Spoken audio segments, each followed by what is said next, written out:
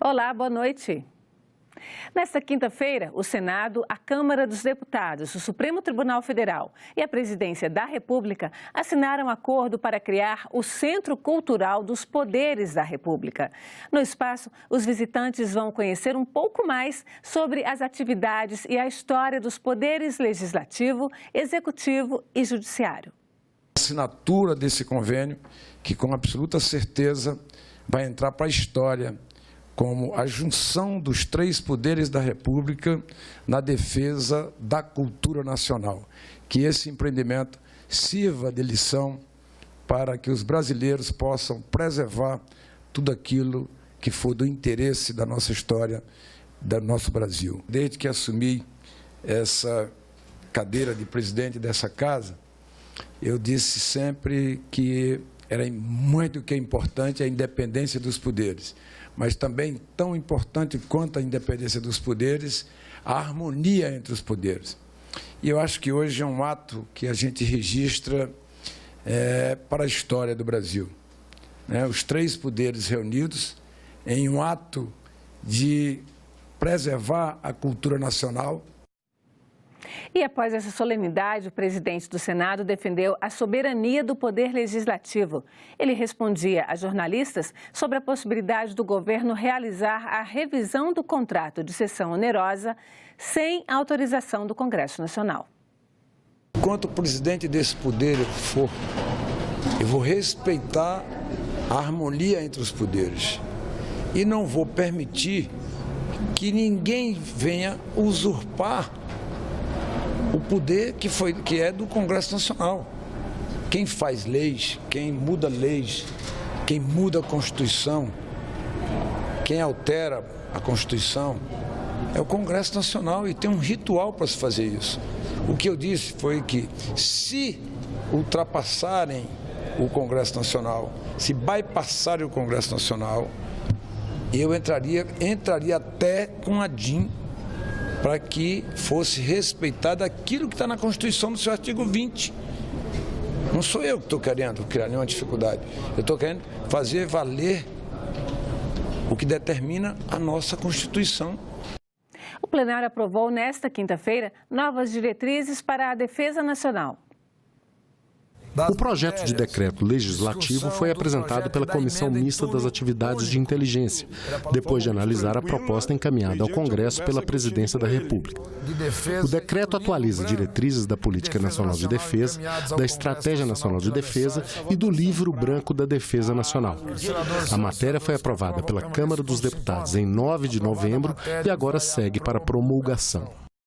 Relator na Comissão de Constituição e Justiça, o senador Antônio Anastasia deu parecer contrário à nomeação de políticos e parentes deles nas estatais. A mudança havia sido feita na Câmara, em projeto que trata das agências reguladoras. As agências reguladoras são obrigadas a apresentar relatório anual de atividades ao Congresso. É o que estabelece o projeto aprovado em setembro pelo Senado e encaminhado à Câmara. Os deputados incluíram um artigo que muda a Lei de Responsabilidade das Estatais, que proíbe a nomeação de políticos e parentes deles na direção e no conselho administrativo dessas empresas. A modificação feita pela Câmara elimina a proibição. O texto retornou ao Senado. O presidente Eunício Oliveira disse que a proposta não seria votada em plenário da forma como veio da Câmara.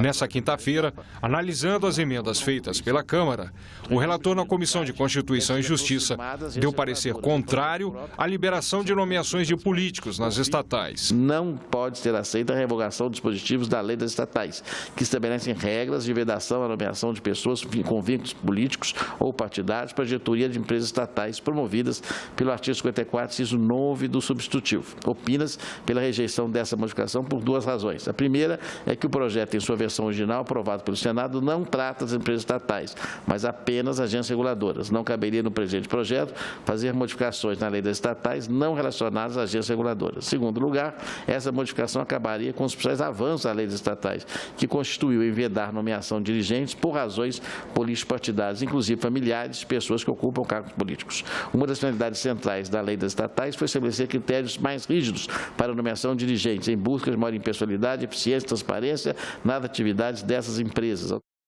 O relatório sobre as emendas da Câmara ao projeto das agências reguladoras será votado pela Comissão de Constituição e Justiça na próxima reunião ordinária, prevista para quarta-feira da semana que vem.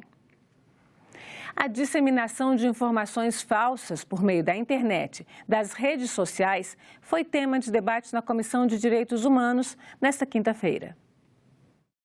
No início da audiência, a presidente da CDH, a senadora Regina Souza, informou que ela própria foi vítima de uso indevido das redes sociais nas últimas eleições. Eu fui vítima do Facebook durante a eleição, eu, candidata a vice-governadora, né, e colocaram coisas terríveis, né?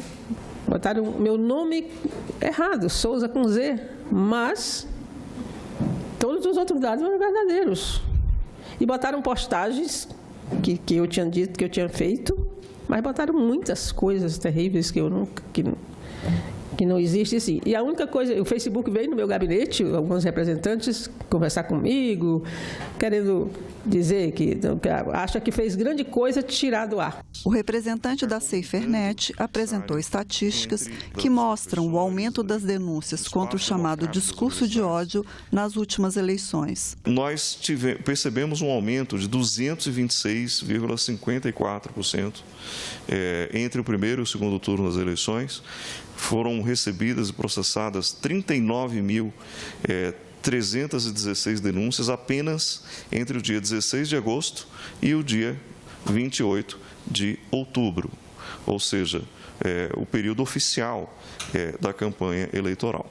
Em algumas categorias, como por exemplo xenofobia, né, preconceito contra nordestinos, nesse caso, um aumento de mais de 2.000%. Racismo, 218%.